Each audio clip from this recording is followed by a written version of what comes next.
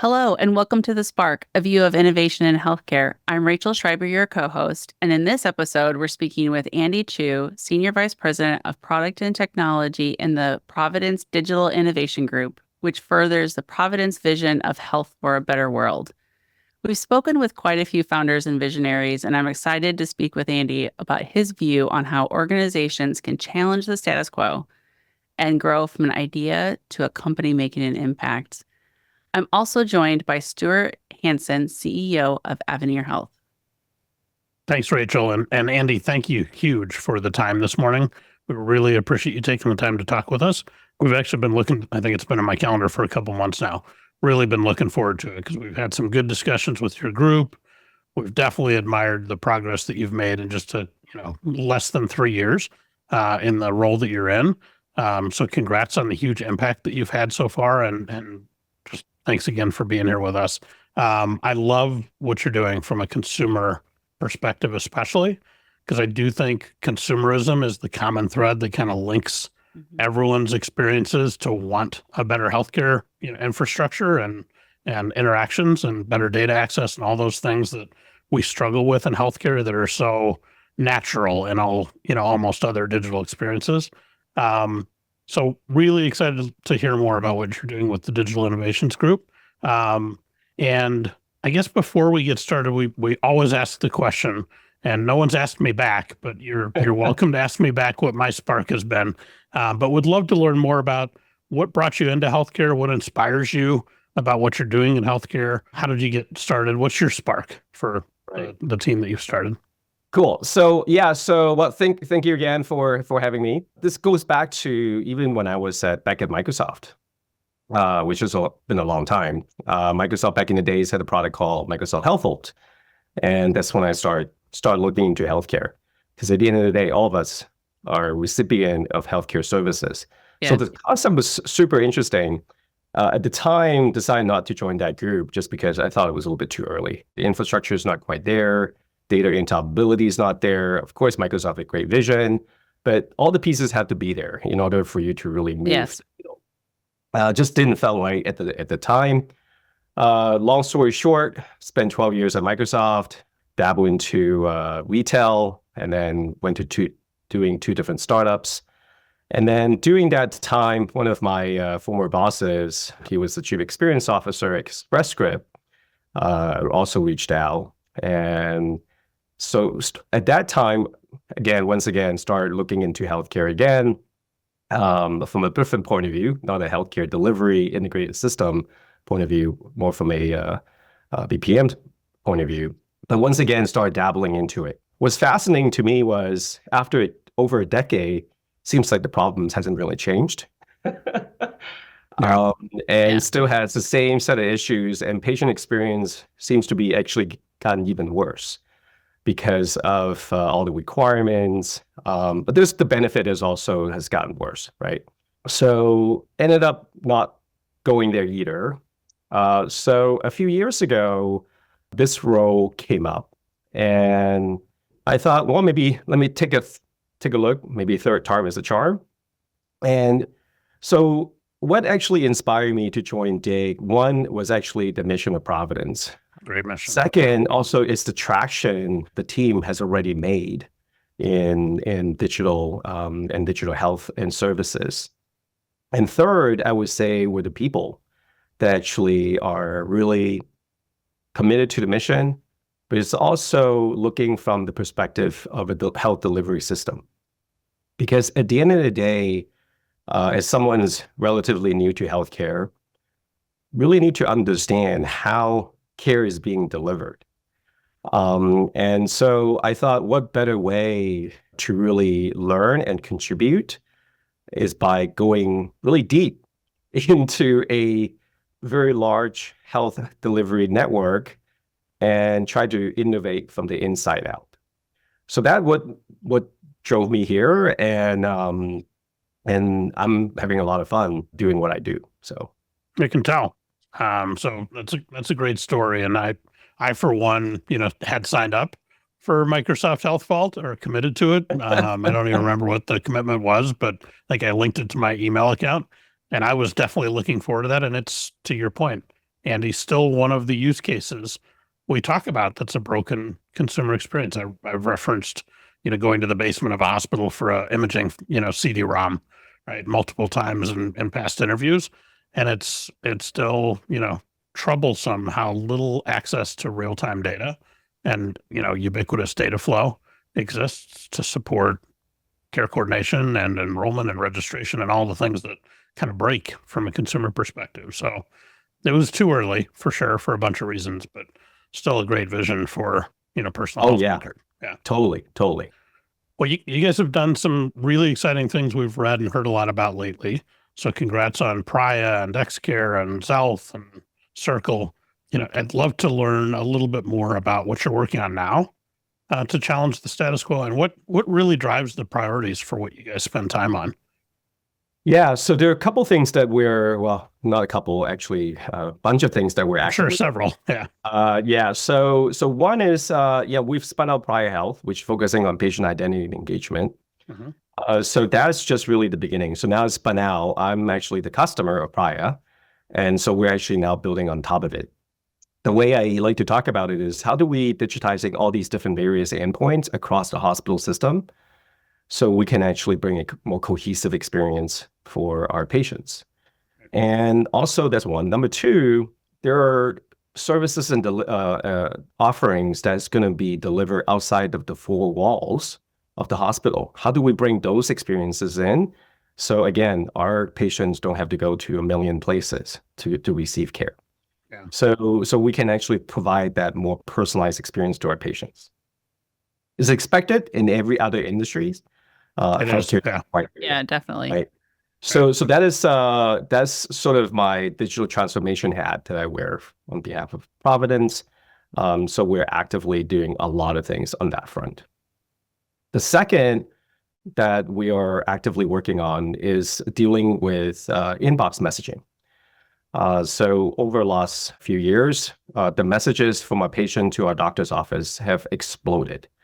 And when we started looking at this problem a couple years back, as you can imagine, it's actually pretty intuitive when we start looking at the data. About a third of messages have nothing to do with clinical questions. They are, billing, administrative, all kinds of these questions. Really, we don't need any of our clinicians to be answering any of those questions, right? So we started looking at this problem set and said, hey, we already have a bot that we have built for COVID. So how do we evolve it to now maybe perhaps we can start answering a lot of these questions? So make the long story short, throughout the last 2 years with the journey and also the rise of the LLM. So now we're using a combination of more traditional machine learning technique as well as large language model. And we have now multiple interfaces where a patient can actually interact with our AI platform to get their answers. So even before they send a message. So I guess, and then that's one part of it. The second part of it, as we know in healthcare, most of the questions still require a human being. There's just no way around it. So we make that very easy for a patient if they don't want to talk to the chatbot anymore, or a separate interface. We actually, within the Providence app, we actually have a native client that we have built. It's a very different experience when you compose a message. We actually understand the intent. We actually give you recommendations what you can go do. But if, be it the chatbot can't answer the question, or you just want to talk to an agent, we can do a soft transfer for the patient to talk to someone at the call center. And so now anything related to billing, payment, financial assistance, all that workflow is completely done. And then thirdly is within the EHR, there's specific clinical workflow that we have built at the clinic level. And oftentimes the care team still have to, figure it out exactly, what the message is about, what is the complaint, what is specific protocol, what is the response I want to provide to those questions. We now can automate a lot of those to help the care team rather than spending 3-5 minutes to getting the response. We can get it done within 30 seconds. We can also help prioritizing it so they know what other messages that are more important. And so that's important, right? Because there's one instance we actually got a message early in the morning. It's like 7 something. Within 2 hours, the care team saw the message, got prioritized because it called out their red flag symptoms related to mental crisis. And then we got that patient into the doctor's office that afternoon. That's So great. that's just one example of the impact, right, of some of these systems that we have made. So that's super exciting because not only we are helping the patient finding the information that they need, so they don't have to send a message, but it's also we're helping the care team not to deal with all these messages that they don't know what to do with anyway, or they either forward, they just copy and paste from some other places, getting the information. So it's completely sort of wastes everybody's time. So we can automate a lot of those. Very cool. Yeah. So, and then we're also dabbling into other areas, including payer and provider data exchange. Obviously, there are a lot of data standards they're pushing from the ONC, CMS. So our population health team have been leaning in very heavily in that space. So we're also partnering very closely with them on that front. And there are a couple other projects that we're also looking at, from workforce management all the way to clinical trial and data platform. So yeah, Cool. So No a shortage wide range of topics. That's really interesting. Love the idea of trying to help reduce the drag on clinical and support staff through that level of inbox automation. That's awesome, because we hear a lot about how frustrating it is for clinicians to have to filter through pages and pages. And I've asked for prescription refills, I've asked for analysis of my blood work, clinical and non-clinical things, and it is kind of something we've heard a lot about. So very cool on the inbox side, especially. Would love to also hear more when you're ready to share it about the payer-provider interactions, because we feel really strongly that that's a big cost drag and another source of provider burnout is just not having access to the right information at the right point in time. And with more and more movement to value-based care and risk-sharing models and things like that, access to that data at the right time to have those interventions. You highlighted a really good one on the behavioral side, but there's just the same, there's dozens of examples on the clinical side, I'm sure, as well. So would love to hear more about that. So you guys have done a lot of innovation through kind of an inside out, as you called it, exploration driven approach to identify problems that need to be solved and can be solved digitally. Any lessons learned that you would share for startups or for other, maybe even payers that are working to innovate, or others in the industry, in terms of how to interact with your team, or just lessons learned in general in terms of how to best manage really being disruptive? Because there's so many areas that need disruption, obviously, in healthcare. Yeah. I mean, the approach that we take is we don't have a mandate to go disrupt, right? That's not really the intent. Of course. Yeah. And I think oftentimes people also, because you have existing workflow and systems, I think that's where a lot of startup, they sort of get it wrong, because there are good reasons why certain protocols have been put in place, right? So if you're taking an approach around, oh, this should be extremely simple, we can just simplify all these processes and just buy my app. Right? That naivete. Yeah. Yeah, this is like just dead on arrival. I think a lot of time, a big bulk of my team's time is actually figuring out exactly what problem we're trying to solve for. I think that's the single biggest, seems very simple, but it's very hard to do. Also, what we're trying to solve for are not point problems or develop point solutions, which there are a lot. That's important. That's one of the things that I think, one of the motivations that I had, back to what I was saying earlier, why I joined a health delivery network, is because you have to understand how things are done and why certain things are done. And the close partnership with clinicians, with our administrators and operators are really key, because you have to understand the why. I think the second thing is, like I mentioned, the workflow. There's no way around it, right? Right. So you have to also understand the all the intricate details around the workflow, and lastly, of the applications that actually they have to deal with. Yeah. And truly understanding all that, then you can start thinking about going back to 100,000 foot level and saying, okay, if we're going to go solve this problem differently, how are we going to do that?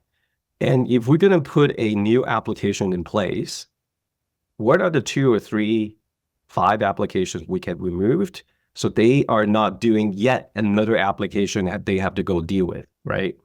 So I think historically, over the last, I would say 20 years, that's exactly what's happened, right? Because no one really go talk to the frontline folks that are actually doing the work. They're like, hey, isn't that great if we're going to solve this one problem? And then the frontline person say, oh, yeah, great, but ...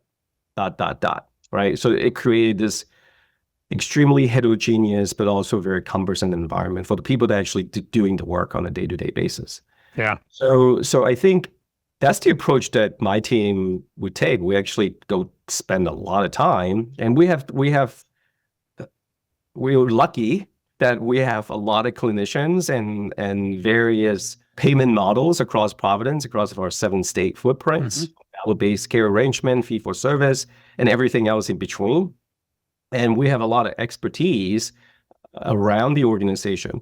So a big part of it, this is all about teamwork and partnership. So I think last but not least is, I think as someone's doing technologies, we also have to really take a more humble approach to how we actually dealing with these problems, right? The traditional mindset of, shaking things up and break things and go fast in healthcare is just fundamentally, it doesn't work, because again, I think you make reasons why certain things are there. I think you make a really good point on why the inside out is essential, right? If you try to be outside in, which is why the industry can't wait to solve its own problems, it really needs to be done from within because of the complexity of all the things you're talking about. I think that was really well said. I appreciate that response. Thanks.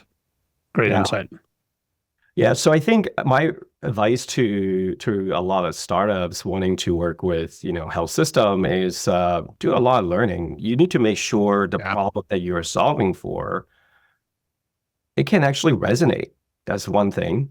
The second thing is you also have to understand the payment model. Like at the end of the day, over the last few years, hospital systems across the country have lost a lot of money. Now we're just turning around the corner, right? So there's still a lot of systems are struggling. So you need to be able to articulate how is your solutions going to benefit at the bottom line level, right? Be it helping drive more revenue or substantially reducing the cost, right? So oftentimes I have seen companies, it's a point solution, right? So they don't really actually understand, okay, if I deploy this one thing in my operation, but how do you deal with like these 4, 5, 6 applications that someone has to go deal with, right? So I think really understand deeply of the problem space is very important. So you've talked a lot about how approaching the problem with a solution is a better approach versus like this tech forward, or like this is a great widget that could help healthcare. Are there companies that you've worked with or that your organization's been incubating that have done that well and that you could share? Well, I would imagine the companies that we incubated would do this well. And I think it's actually back to your last question around, challenging the status quo. So I think when we started Priya, actually the group started it actually before I got here. One of the problem space that they were trying to solve for was the patient identity. There's a lot of talk around open standard and, interoperability, but at the end of the day, it hasn't really happened. We haven't seen it. And that we've been talking about it for quite some time. So one of the problem space that we were trying to solve for at the time was we know like how people are going to receive care and how we're going to deliver care over the next 5 to 10 years can be very different than the last 150 years.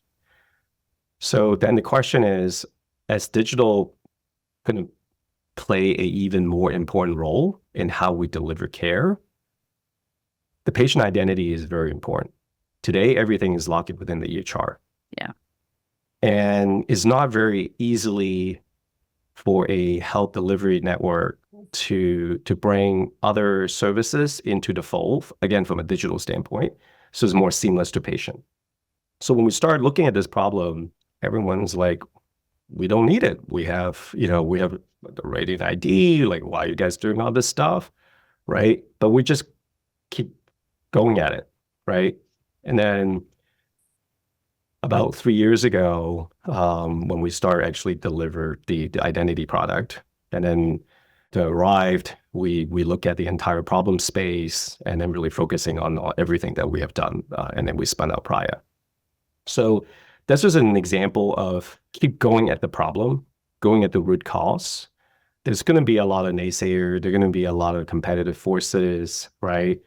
But I think if you believe in the mission, you believe in truly this is a big problem that we are seeing, and you can connect to the bigger story and where things are going. You just have to kind of keep going at it. So I think that would be an example of how we just kind of really focusing on the problem and try to solve it.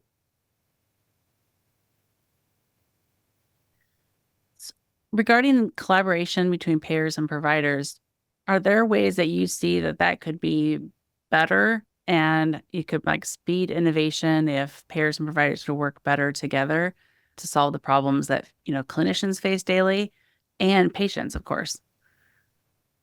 I think there are a lot of opportunities for providers and payer to work together. I think in general, there's a asymmetry of data between providers and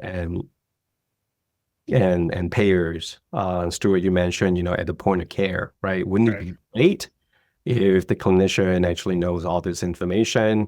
I think we're still quite a way before we can get there. I think there are standards that are being pushed. However, this has to be a more private collaboration between entities, right? I think the ONC are trying to draft the right framework to put in place. Ultimately, it requires both us to play. So I think there are a lot of areas for us to collaborate. I think the question is, how do we do a better job from a economic alignment standpoint? I think that's very important. So hopefully, and one would argue that the value-based care arrangement should be a great place to start, right? Yes. So then the question is, why hasn't happened, right? So I think there are a few reasons. One is just the understanding the economic value of these individual lives and contracts. I think on the provider side, most providers organization don't have a really good grasp, right? Ultimately. So while they want to lean in more, but currently there's a lot of manual processes, right? Back and forth between those. Yeah, so one is, and why, is because a lot of provider organizations don't have the right infrastructure that they have put in place for them to get to the right value at the point of care. So they know exactly what's missing, what needs to be done. And then I would say on the receiving end, on the payer side, is similar, right? They have legacy infrastructure as well.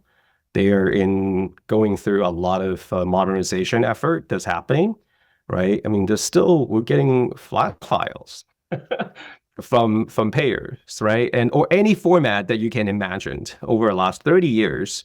So I think there's definitely a technology gap, right? And depends on the maturity of the various organizations. They're just in different cycle. So that's why you haven't seen truly the scale aspect of it. That you would think we're in 2024, we should be able to do this very easily. We're not there yet because Yeah, it has to do with the infrastructure too. Yeah, you would think a lot of the investments the industry has made would have helped solve that, but I think you're exactly right. I think without that value collaboration between, stakeholders that don't have the same incentives aligned exactly all the time, has made it really difficult. So I think that partnership between payers and providers is really key. Yep. Yep. Yeah. Well said. Well, you've shared some really great insights, both for startup organizations, for payers, providers. As a wrap up, what key phrase describes the vision of what you're creating at Providence? So anything that we do, we want to make sure that is actually scalable. It's actually we're building platform rather than solutions. And we want to make sure the things that we do is actually going to benefit our patients, our providers, Mhm. and ultimately our financials as well. I think all those things need to align in order for us to move any technologies forward and actually make a big impact in healthcare.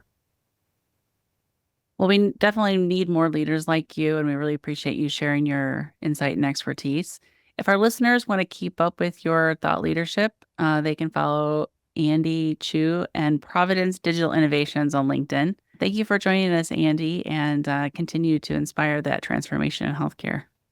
Thank you It's so much for important having work. me. Yeah, keep up the great work and thanks for your time. Yeah. Thank Love you. it. Thank you.